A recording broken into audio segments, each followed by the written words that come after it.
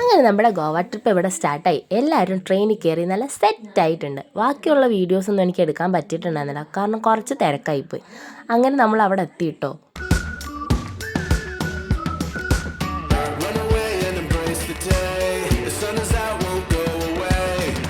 ഞാൻ എൻ്റെ ബ്രദറിൻ്റെ അടുത്ത് ചോദിക്കാം കേട്ടോ, തണുപ്പുണ്ടോ? നല്ല തണുപ്പായിരുന്നു അവിടെ, ഒരു രക്ഷയില്ലാത്ത തണുപ്പായിരുന്നു. അങ്ങനെ നമ്മൾ അവിടെ എത്തിയിട്ടുണ്ട്. അവിടുന്ന് ഞങ്ങൾ കുറച്ച് നടക്കാനുണ്ടായിരുന്നു പുറത്തേക്ക്. അങ്ങനെ ഇറങ്ങി പുറത്തേക്ക് നടക്കാൻ കേട്ടോ. അങ്ങനെ പുറത്തേക്ക് നമ്മൾ എൻട്രൻസിലേക്ക് നടന്ന് അവിടെ എത്തിയിട്ട് നമ്മൾ അവിടെ നമ്മൾ സ്കൂട്ടി ഓൾറെഡി പറഞ്ഞിട്ടുണ്ടായിരുന്നു. അങ്ങനെ നമ്മൾ സ്കൂട്ടിയിൽ പോയിക്കൊണ്ടിരിക്കുകയാണ് കേട്ടോ. നമ്മുടെ റൂമിലേക്കാണ് പോണത്. ഓൾറെഡി ഞങ്ങൾ 2 ദിവസം റൂമിൽ സ്റ്റേ ചെയ്തിട്ടാണ് കേട്ടോ നമ്മൾ പോണത്. അപ്പോൾ സെക്കൻഡ് ഡേ ഞങ്ങൾ എങ്ങോട്ടാണ് പോയതെന്ന് വെച്ചാൽ ഒരു വ്യൂ പോയിൻ്റ്, നമ്മുടെ ആനന്ദമൊക്കെ ഷൂട്ട് ചെയ്ത് ആ വ്യൂ പോയിൻ്റേക്ക് കേട്ടോ ഞങ്ങൾ പോയത്. നല്ല നടക്കാനുണ്ടായിരുന്നു. അവിടുന്ന് മേള് വരെ നടന്നപ്പോഴത്തേനും നല്ല ടയേർഡായിട്ടുണ്ടായിരുന്നു. അങ്ങനെ നമ്മൾ നടന്ന് ഞാനും എൻ്റെ കസിൻസും എല്ലാവരും ഇങ്ങനെ നടന്ന് നമ്മൾ മേളിലെത്തിയിട്ടോ. അവൻ ഹലോ ഗൈസ് എന്നൊക്കെ പറയുകയാണ് കേട്ടോ. ഞങ്ങൾ അങ്ങനെ മേളിൽ ചെന്ന് നല്ല അടിപൊളി വ്യൂ ആയിരുന്നു കേട്ടോ, ഒരു രക്ഷയില്ല. അവിടെ ഞങ്ങൾ നേരെ ബീച്ചിലേക്കാണ് പോയത്. കുറച്ച് നൈറ്റ് ആയിട്ടുണ്ടായിരുന്നു. അങ്ങനെ ബീച്ചിലേക്ക് പോയി ഈ ത്രെഡ് വർക്കും ഇതൊക്കെ ചെയ്ത് അടിപൊളിയായിരുന്നു കേട്ടോ. അതൊക്കെ കാണാൻ മാഗ്നറ്റിൻ്റെ ഇതും ഒക്കെ ഉണ്ടായിരുന്നു. അങ്ങനെ തേർഡ് ഡേ നമ്മൾ എങ്ങോട്ടാണ് പോയെന്ന് കാണാം കേട്ടോ. ഇതെന്തോ ജയിലാണെന്നാണ് പറയുന്നത്, പക്ഷേ എനിക്ക് അതിനെ പറ്റിയിട്ട് വലിയ അറിവൊന്നുമില്ല. എന്നാലും കുഴപ്പമില്ലായിരുന്നു, കാണാൻ രസമുണ്ടായിരുന്നു. പോകാൻ പറ്റിയ പ്ലേസൊക്കെയാണ് കേട്ടോ ഞങ്ങൾ പോയത്. അപ്പോൾ ഞങ്ങൾ നടന്ന് അങ്ങനെ ഇതിൻ്റെ താഴെ നമ്മൾ ഒരു കുഞ്ഞു ഇതുപോലെ ഉണ്ട്. അവിടെ നമ്മളിങ്ങനെ നല്ല സൗണ്ട് വെച്ചിട്ട് നല്ല എക്കോ ആയിരിക്കും. അങ്ങനെ ഞങ്ങൾ അതൊക്കെ കണ്ട് ഞാനും എൻ്റെ ബ്രദറും കൂടി ഇതെല്ലാം കണ്ടിട്ട് കൊള്ളല്ലേ എന്ന് പറഞ്ഞിട്ട് ഞങ്ങൾ അതിനെ പറ്റിയിട്ട് ഇങ്ങനെ സംസാരിച്ച് അവിടെയൊക്കെ ഇങ്ങനെ നടക്കുക. അപ്പം ഞാൻ എൻ്റെ കസിൻ്റെ അടുത്ത് പറയുകയാണ്, ഇതെന്താണ് ജയിലാണെന്ന് എന്തോ പറയുന്നുണ്ട് എന്നൊക്കെ ഇങ്ങനെ പറയുകയാണ് കേട്ടോ. അങ്ങനെ അവിടെ കുറേ ഓൾഡ് ഫോട്ടോസും ഇപ്പോൾ ഉള്ള ന്യൂ ഫോട്ടോസും ഒക്കെ ഉണ്ടായിരുന്നേ. അത് ഗോവയിലെ എക്സ്പെൻസീവ് ജ്യൂസാണെന്നാണ് കേട്ടോ എൻ്റെ ബ്രദർ പറഞ്ഞത്. അങ്ങനെ നമ്മൾ ഓൾഡ് ചർച്ചിൽ പോയി.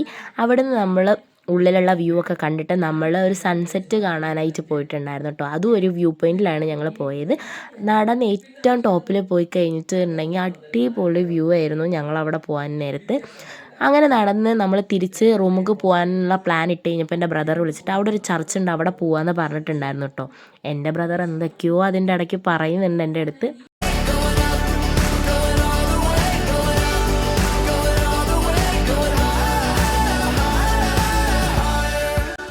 ഇന്ന് എൻ്റെ അച്ഛൻ്റെ സിസ്റ്ററിൻ്റെ വീട്ടിലേക്ക് നമ്മൾ പോകാൻ കേട്ടോ. അവിടെ പോയ വ്യൂവൽസ് ഒന്നും എനിക്ക് എടുക്കാൻ പറ്റിയിട്ടുണ്ടായിരുന്നില്ല. അവിടെ ചെന്ന് കഴിഞ്ഞ് എൻ്റെ ബ്രദറും ഞങ്ങളെ ഒരിടത്ത് കൊണ്ടുപോയിട്ടോ. അടിപൊളിയായിരുന്നു. ഞാനും എൻ്റെ കസിനും കണ്ടപാടെ വെള്ളത്തിനടുത്ത് ചാടിയിട്ടുണ്ടായിരുന്നു.